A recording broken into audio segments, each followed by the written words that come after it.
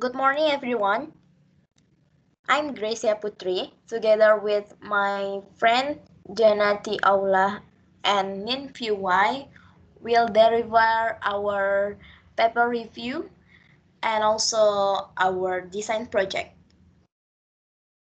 I will talk about the paper review and my friends will talk about design projects. Firstly, let's go to the title of our paper review. The title of the paper that we review is Occurrence of Plastic Waste in the Environment, Ecological and Health Risks. This paper was published in the Journal of Ecological and Environment.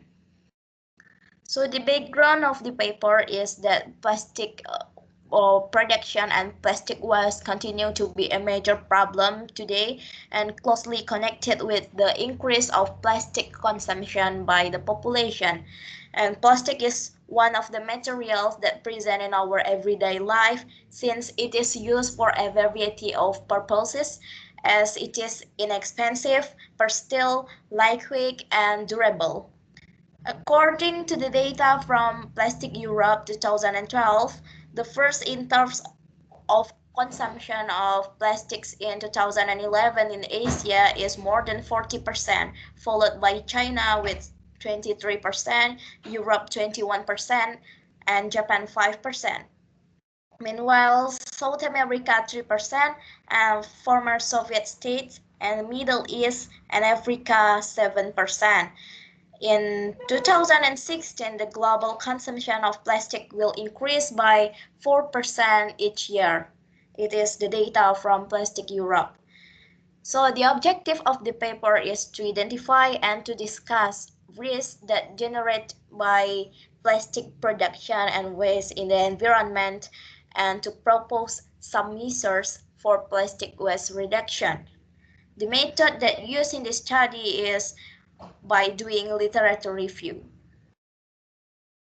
The result that shown in this paper is that the impact and risk caused by plastic production and consumption remain impacts and risks that caused by the plastic waste on aquatic environment is changing habitats and aquatic species, and the other one is changing the hydrological regime of water and sediments, and also the destruction of plankton and phytoplankton. In the stage of action for risk abatement, bioplastic do not form a single class of polymers, but rather a family of products with very similar properties. Bioplastics are composed of natural polymers and additives and processing additives, stabilizers and coloring, and etc.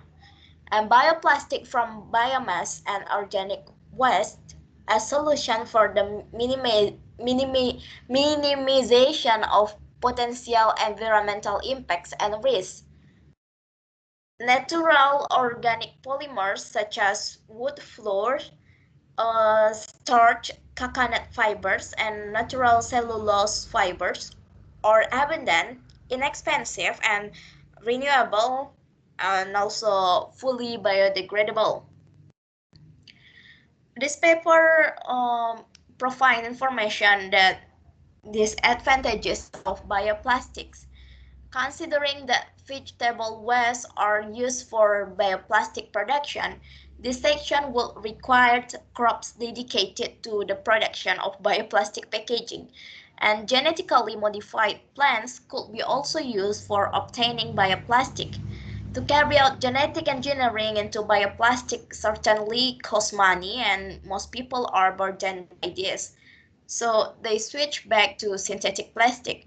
It means the bioplastic provides some disadvantages for human life.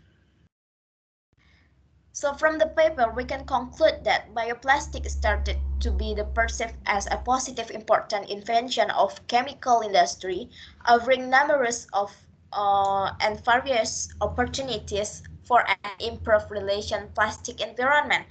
But to produce bioplastic, we need several considering of disadvantages as explained previously.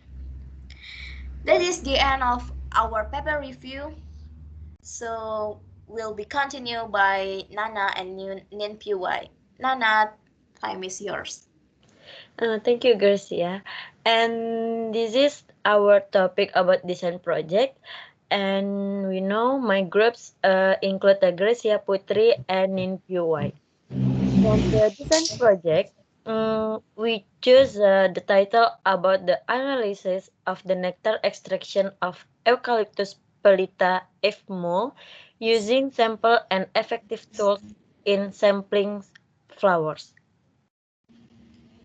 The background for this design project is that eucalyptus is a unique flora found in the Papua and in the small islands around it, where this plant species also occurs in the Queensland region of the North Australia.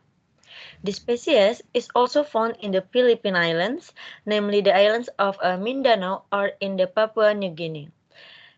Eucalyptus pelita F. mole is the one type of the plant developed for the industrial plantation forest or HTI because of its adaptability and the wood can be used for the pulp. Eucalyptus pelita can grow to a height of the 10 until or to 25 meters. This is the classification of Eucalyptus pelita. The division is a Spermatophyta, subdivision Angiosperms. The class is a Dicotyledon, and the order is Myrtles. The family Myrtaceae.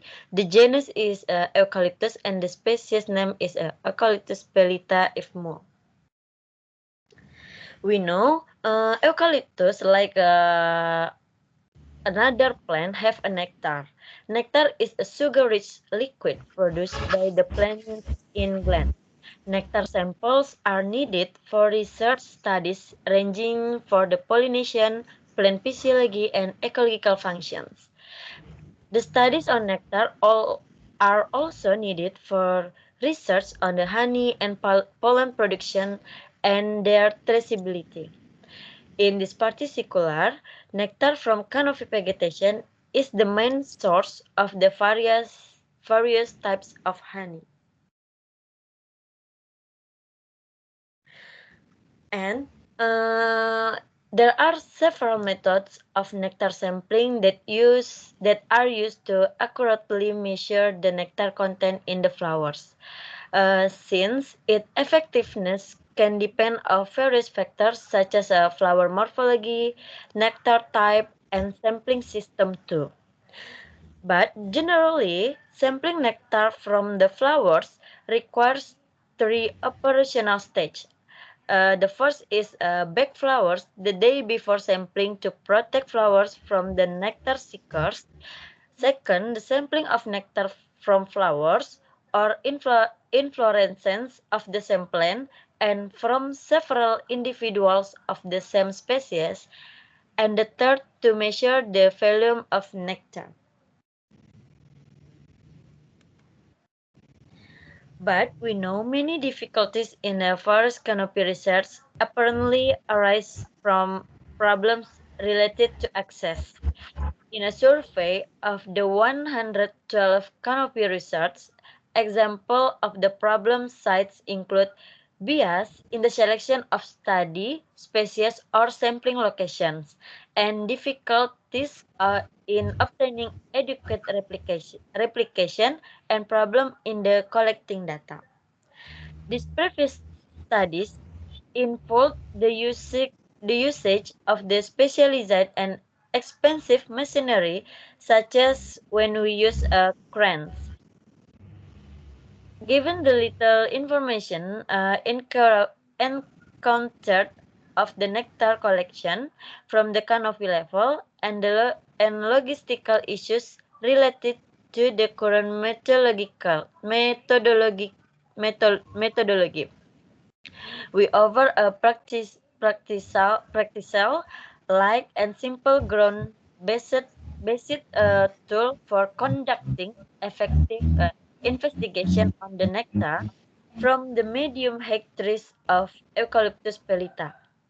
With this method, we selected the Eucalyptus pelita height with the eucalyptus have a tall or have a height 10 until 15 meters.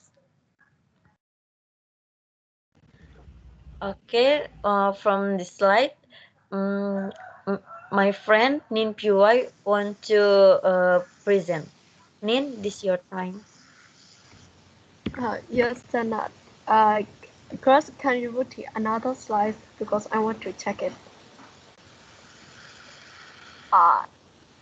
The next slide, please. Girls. Materials and method, yeah. Okay. Oh, yeah. Is this the right? Yeah, this is the right. Okay. All right. Continue, please. Okay. Okay. Our design project objective is to extract nectar on a medium Euclidean resonance using a simple and inexpensive tool. Next slide, please. Materials and method. The materials and equipment that we need to make tools are the following. First, we need telescopic antennae pole that extended up to 15 meters and a 2-liter plastic product cut in half and the organisers or nylon and the plastic drawstring pads. Next slide, please. In the telescopic antenna pole, there are three parts. The first one is camera chip that used to record image direct toward the cauliflower, and telescopic antenna. It is multi-button fiberglass antenna. We use fiberglass antenna board because it is multi-button steel or aluminum with the same height. And then the last part is sufferless.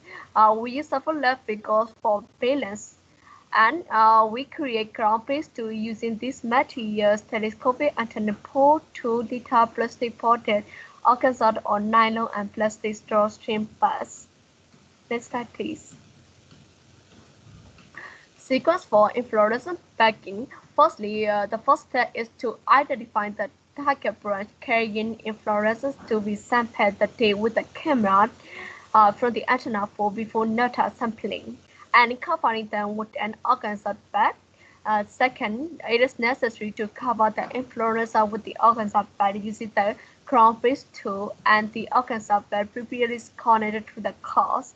Once the inflorescence is covered by the organza pack, pull down the two cords at the same time with a rapid movement to close the drawstring of the bag. Next slide, please. Lastly, the next step consists of completing the inflorescence collection by cutting the branch of the tree carrying the covered inflorescence the flowering day. If the nectar is exposed and with falling out of the corolla, a plastic bag can be placed over the organza pad and previously positioned on the inflorescence using the same tool. This ensures that branch at the base of the covered inflorescence can be cut without any nectar loss. This Next slide. This is the end of our presentation. We make this design process to be effective in to collect the nectars. Thank you for your attention. All right. Thank you, Nin and Nana, for the presentation. This is the end of our video. See you next time. See you. Hi, I